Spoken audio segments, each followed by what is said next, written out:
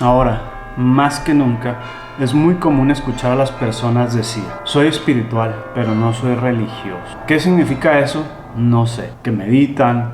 ¿Que hacen yoga? ¿Qué? Incluso es difícil encontrar una definición universal de espiritualidad. La original se refería a volver a la forma original del hombre, es decir, orientada a la imagen de Dios, como una reformación. Pero en sí se refiere a creer que hay algo más grande que uno mismo. Sin embargo, ¿qué es eso? ¿Qué significa? En mi opinión, la espiritualidad y el narcisismo están muy ligados, ya que es una forma de intentar obtener los beneficios de la religión sin pagar el precio. Comerse las lechugas sin pagarlas antes, como diría Epicteto de nuevo. Creer que hay alguien o algo que conspira por ti, que está de tu lado, pero donde tú eres el rey y lo único que tienes que hacer es pedir y se te dará. La religión, una y otra vez, ha demostrado tener efectos positivos en el bienestar de las personas. Sin embargo, la espiritualidad también ofrece eso. La respuesta corta y la larga también es que no. Las personas que se identifican como espirituales presentan mayores niveles de ansiedad, de depresión, incluso de fobias. Además, es mi hipótesis, la cual no tiene evidencia aún, que las personas espirituales también tienen niveles más altos de narcisismo. Y no es que las personas narcisistas tiendan a ser más espirituales, sino que la práctica de la espiritualidad, al menos como se presenta ahora en la modernidad, promueve el narcisismo. Y como ya dije, aunque no tengo evidencia, sería un estudio interesante de hacer. Tal vez lo haga. ¿Por qué es esto? Bueno, para mí la espiritualidad te hace enfocarte mucho en ti, en el placer. Te hace tratarte como si fueras un niño.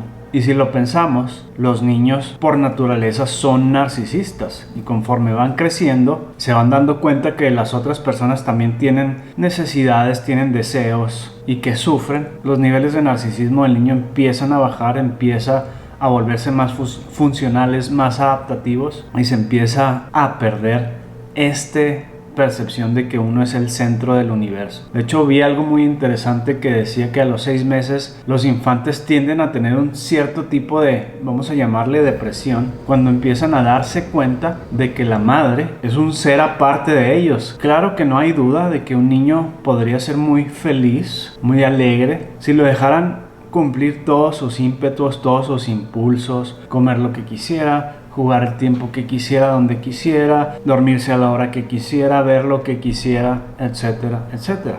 Pero a largo plazo no le iría muy bien. Como quien dice, crearía un monstruo. Y tal vez la palabra monstruo sea fuerte, pero hay evidencia de que ciertos tipos de crianza promueven ciertas psicopatías, narcisismo, etcétera, etcétera. Y aquí es donde empieza a parecerse un poco a la religión. ¿Qué clase de Dios tiene este niño? Y digo Dios entre comillas porque estoy hablando de los padres. ¿Y qué tipo de religión lo van a hacer seguir? Y aquí no estoy ahorita yéndome a catolicismo, sino en esta religión que lleva este Dios que es el Padre. Tienes que ayudar a los demás, tienes que seguir normas, tienes que esforzarte, tienes que tener límites. O va a ser una religión que come lo que quiere, decide lo que quiere, haz lo que quieras, juega con quien quieras, etcétera, etcétera. Que es un Dios permisivo, que le dice que todo gira alrededor de él, que no le pone límites, que le dice no te preocupes por los demás, etcétera. Bueno, se hará narcisista, a diferencia de uno que pone límites. Aquí me gustaría aclarar algo muy importante, que estoy abogando por la utilidad de la religión, no por si es verdad o no las creencias que trae. En este caso vamos a hablar del catolicismo, cristianismo, etc. Y para mí es importante creer la mayoría de cosas reales. Pero pienso que para la mayoría de las personas esto no es tan útil, no es tan necesario. Y sería más importante enfocarse en creencias útiles, por lo que lo estamos viendo desde una forma más funcional. Entre más leo al respecto, más empiezo a entender el beneficio o el sentido de ciertas costumbres religiosas que quizá alguna vez, cuando me creía mucho, decía qué tontería, yo por qué voy a hacer caso, por qué me voy a detener, por qué, etcétera, etcétera, etcétera. Pero conforme leo más de psicología, de psicoterapia, de evolución, de qué clase de especie somos, me empiezo a dar cuenta que las religiones de cierta forma son o comenzaron como filosofías de vida escritas por alguien, algo, como lo quieras ver, que notaba nuestra naturaleza y cómo nuestra naturaleza nos podía llevar al sufrimiento, o, como decían los estoicos, qué clase de especie somos y cómo podemos maximizar nuestro bienestar siguiendo ciertas conductas. Como quien dice, se dieron cuenta que hacía buena y que hacía mala la vida, por lo que crearon ciertas normas para guiarnos hacia una mejor vida.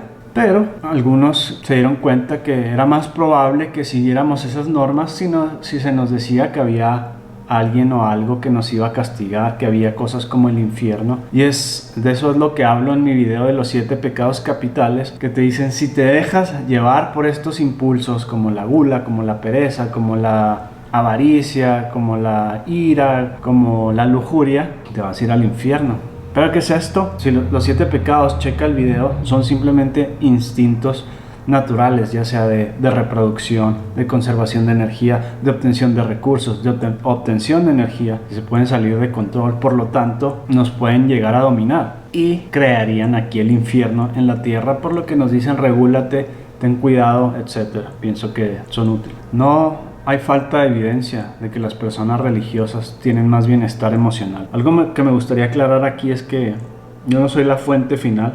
Mi objetivo es simplemente llamar tu atención hacia ciertos temas, y si te parecen útiles y te parecen interesantes, que tú de forma más detallada, más profunda, buscaras la información y corroboraras lo que digo. Así que aquí te voy a llevar unos puntos, a mi parecer, cómo es que la religión fomenta el bienestar. En mi opinión, el primero es que te hace responsable, que la vida es difícil y te tienes que levantar, que es una prueba, que estás a prueba, que es parte del plan divino, vamos a llamarle. Por lo tanto, te motiva y promueve el esfuerzo y la autonomía. Otra cosa que dice es que no eres merecedor de todo, que hay cosas que no puedes tener y no vas a tener, y eso está bien, que ser humildes, que ser desprendidos, etc. Una de las cosas, en mi opinión, más importantes es que promueve la aceptación, solo que esto se ha corrompido. Por ejemplo, las religiones te dicen: acepta el plan de Dios, Él sabe cómo son las cosas, etcétera, etcétera, y lo han distorsionado de cierta forma: mejor le pido que sean como yo quiero. Pero el objetivo es promover la aceptación, y hay bastante evidencia de que la aceptación promueve el bienestar. Acuérdense que aceptación no es resignación. Y volvemos que si hay un plan o no, aquí es indiferente. Simplemente si es útil o no creer esto, y es mi opinión que sí. Otro beneficio muy grande como una especie social es el sentido de comunidad que ofrece. Ir a la iglesia, dar la paz, saludar a las mismas personas, crea capital social, crea convivencia y crea no solamente bienestar emocional, sino que crearía bienestar afuera también, porque se hace comunidad y todos se cuidan, todos se ven como hermanos. Sin embargo, pienso que esto le ha estado faltando. Las personas van a la hora que quieren, a la iglesia que quieren, a la que se les acomoda más comodinos de cierta forma, por lo que se puede perder este beneficio. Te enseña que no eres el centro del universo. Hay estudios que muestran cuando nos guardamos cosas, lo que nos da vergüenza, no vamos a decir que se pudre, pero nos aísla, porque nos empezamos a alejar porque nos da miedo que nos descubran, pensamos que somos los únicos que han pasado eso, que han vivido eso, que han hecho eso. La confesión, pienso que te invita a sanarte de cierta forma.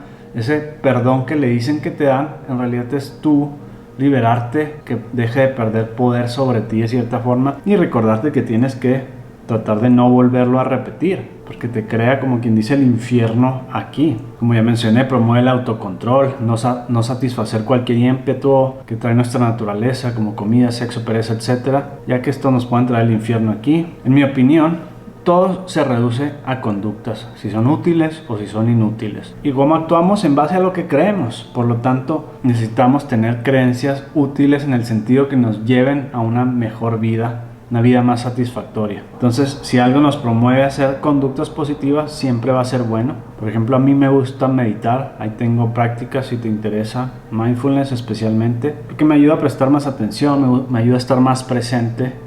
Así que no estoy en contra de estas prácticas, pero bueno, adiós.